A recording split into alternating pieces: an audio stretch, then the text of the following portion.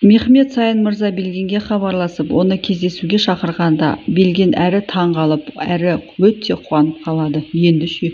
Назип әкейдің дүкеніне аяқ киім алушылар келіп, Назип әкей қуанып қалады. Айтен де өзіне жаңа киімдер тіктіру үшін мата таңдап жатады. Жүсіп оны бастан аяқ киіндіріп, қана киімің емесін, өзіңнің ұстау манеріңді да өзгертеміз дейді. Сөйтіп мына ханымға киім тігуді тапсырып кетеді. Назип әкеге тағы да бір ер кісі кеп аяқ киімін алып кетеді. Қуанғаннан ақшасын санып, Құдайға шүкір деп тәубе қылады. Сары Нилайға келіп, сені Орхан көңілдесі қылмақшы, тек қана оған қызмет етесің ол келгенде дейді.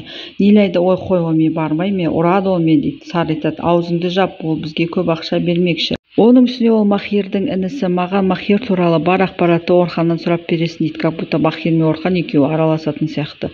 Мына ойбай олай істей алмасамшы дейді, анау көйлегін шешіп жіберді, мына фигураңның бәрін көрсетсең, анау есінен тамып қалады ғой істесе деп. Тағы бар шартым бар, осы үйді мен басқарсам деп. Жемал айтады, қудың ба ана Сүрияны не істейміз деп. Ой, Сүрия әпке аңқау, оған бәрі ауырып қалдым дейді, ол болса сеніп көбісі шықпайды, сөйтіп сенің ақшаң азайып жатыр деп. Жарайды онда сені Сүрияның орнына қоятын. Қай қыз, сен неге сатқынсың дейді. Ана қыз айтады, мен емес, менің айналамдағының бәрі сатқын дейді.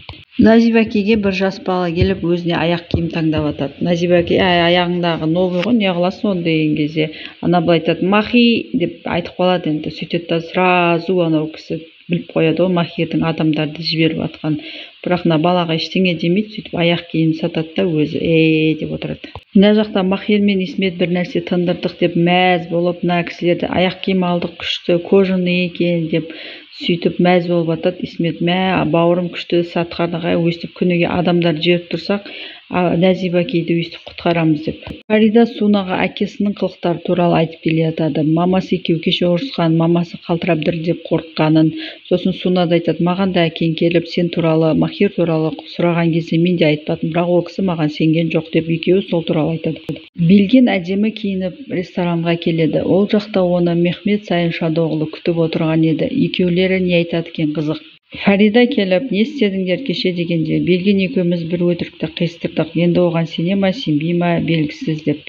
Мехмет Сайын Белгенге комплимент айтып, әдемісіз, сұлусыз деп, Белген оған мәз болып 24 тісін көрсетіп күліп отырған кездесу мақсатымыз Нәйіл деген бір кісі студентті оқудан шығарып жіберіпті. Сол кісіге айтып бар деп. Ал Белген болса, ойбай, без проблем, ол студенттің мәселесі шешілді, оқуға қайта алынды деп ректор сияқты Нәйілдің атына әңгіме айтып тастайды ғой. Мехмет Сайын, онда мен сізге сенемін, онда кездесуіміз үшін алып қояйық деп екеуі шараптан ішеді. Фарида, Белген мен Мұрат екеуі таныс екен, екеулері бір жетімханада өсіпті. Осыны Бехбебейден сылтауратып үйіне сұрауға барамын дейді. Оның әйелін танимын. Сөйтіп сенің саған көмектесіп ана құжатты іздеуге тырысамын деп. Махир қанша тырысса да ол өз айтқаннан қайтпай сол жаққа баратын болып келіседі. Орханға келіп, сізге татар деген бір кісі хабарласты. Жемалдан сізге сәлемдеме жіберді. Өзіңіз түсінеді екенсіз дейді. Фарида Бехбебейдің әйелімен хабарласып, оның үйіне кешке баратын болып келіседі. Ал мына жақта адамдар өзінің тұрғын үйлеріне көшіп келіп, барлығын жөндеп, шашқан нәрселерді жинап жатады. Далиян аға да сырт қалмай оларға көмектеседі. Ердал аға сот процесі ұзаққа созылады. Оған дейін бұл жерде алаңсыз тұра беріңіздер. Мердігер де сіздерге еш нәрсе жасай алмайды дейді. Сот процесі аяқталып, сіздерге жаңа үй сатып алуға ақша берген кезде ғана көшулеріңізге болады дейді. Махир мен Фарида да келіп көмектеседі. Далиян аға өзінің қалтасынан ақша шығарып, жаңа әйнектер сатып алып, өте мәрттік тірліктер жасай бастайды. Ал мына жақта Фарида шашын түйіп алып, бәрін пытыр-шытырдып істеп тастап, кешке дым болмағандай бәр жер тап-таза әйнектей болып, мұнтаздай болып барлығы үйіне кіреді. Ал мына баласы ұрланған әкей болса Махирға келіп, «Хел, помоги, менің баламды Нәжет ұрлап кетті» дейді. Ал Махир батыр ғой, Нәжетке барады қазір. Фарида пісіміләсін айтып, Бехбебейдің үйіне келеді. Оның әйелі есікті ашып, екеуі бұрыннан таныс қой, екеуі қалайсың, сен қалайсың, көрмегелі көп болды, сенің шашың өсіп кетті, Фаридаға өзің де өсіп кетіпсің деп екеуі әңгіме айтып тұрады. Сөйтіп екеулері жоғары қарай көтеріледі. Далиян аға кетіп бара жатыр Османға, Махир мен Фариданы көргеніңді ешкімге айтпа, бұл құпия. Егер бұны біліп қойса, екеулерінің бастарына қауіп төнуі мүмкін деп. Осман да: «Я білемін, оны маған Махир аға айтқан» дейді.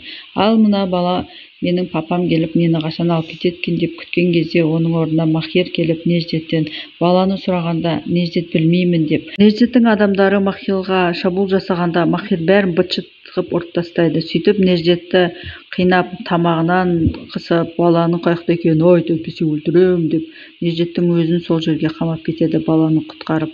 Әкесі рахметін айтып, Махир да: «Енді бұндай шу шығармаңдар, ауданымыз тыныш болсын» деп анаған айтып кетіп қалады. Әскерилердің барлығы жиналып Белгинді күтіп отырады. Өйткені Белгин Махирдің ана адамды өлтірмегені туралы ақпаратты біліп келу керек еді. «Білдім, бірақ білгенім өзіме де ұнаған жоқ» деп өтіріктен қоя салады. Қыздары әкесін кешкі асқа күтіп отырғанда Назиба әкей: «Сендер өздерің іше беріңдер, менің бір шаруам бар» деп үйден шығып кетеді. Махирдің қайдан білгенін білмеймін, әлгі адамның бір туысы қауіпсіздік қызметінде істейді екен, бір бастық екен дейді. Жемал: «Ойбай, ол тыңшыма» дегенде Белгин: «Білмеймін, әйтеуір сондай болды. Махир біздің басымызды аман алып қалу үшін оны өлтірмей алып кетті» деп өтірігін қоя салады. Барлығы: «Ойбой, енді не болды? Махир өзімізге айта салмай ма?» деп енді әңгіме айта бастайды ғой. Сөйтіп Нәйл айтады: «Мүмкін бізге сенбеген шығар. Мен де мысалға ешкімге сенбеймін» деп енді сондай әңгімелер кетеді ана жерде. Фарида Бехбибейдің үйіне келіп шай ішіп отқанда Бехбибей де жұмыстан келіп таң қалып қалады.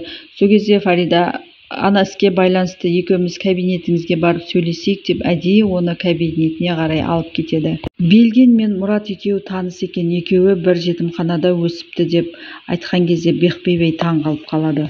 Назиба әке Махирді іздеп келіп, баяғы ақшаларды столдың үстіне лақтыра салады. «Сенің арам әлеміңнің арам ақшалары маған керек емес. Менің әлі ақыл есім дұрыс, не болып жатқанын бәрін түсінемін» деген кезде Махир: «Не деп жатсыз әке? Мен сіздерді қамтамасыз ету, қарындастарыма көмектесу менің міндетім» деген кезде: «Кек алам деп басыңды қатерге тігіп жүргеніңді қолдайды деп ойласаң қателесесің. Аш қалсам да сенен ақша сұрамаймын. Соңғы жакетімді сатсам да өз нанымды өзім тауып жеймін» деп бара жатқанда Махир: «Әке, тоқтаңыз» дейді. «Сіз көрсеткен жолмен жүріп келемін. Кішкентайымнан айтқанымнан шықпадым. Ар ұятымды, адамгершілігімді ұмытқан жоқпын. Арам ақшаны өзім де жемеймін, өзгеге де жегізбеймін» дейді. Фарида: «Мұрат пен Белгиннің екеуі бір жетімханада өскенін сіз білесіз бе? Екеуі таныс екен» дегенде Бехбибей білмейтіндігін айтады. Сол аралықта Бехбибейдің қыздары кеп шығып кеткенде Фарида жан-жақты қарастырып құжаттарды іздей бастайды. Ар ұят, адамгершіліктің қылмыс әлемінде еш орны жоқ. Ана адамды құтқарам деп өзіңнің басың бәлеге қалды. Енді олар сені орталарынан шығарып тастады. Яғни бізбен бірге енді жұмыс істемейсің дейді. Енді өзің ғана жалғыз өзіңсің. Қаншама еңбегің зая кетті» деп Белгин Махирға жеткізеді. «Жүсіп, біздің арамызда енді Махир жоқ. Біз онымен енді жұмыс істемейміз, ол біздің досымыз емес. Қылмыс әлемінде кім шапшаң қимылдайды, бірінші сол болып жеңеді» деп типа намек тастайды ғой Махирді: «Енді убирать етеміз жолдан» деп. Барлық жерді қарастырып, еш жерден құжаты таппағаннан кейін шкаптың астын ашып қараса, ол жерде сейфті көріп Фарида қуанып кетеді. Енді ашайын деп жатқанда Бехбибей келіп есікті ашып: «Фарида ханым, не істеп жатырсыз?» деп таң қалып қалады.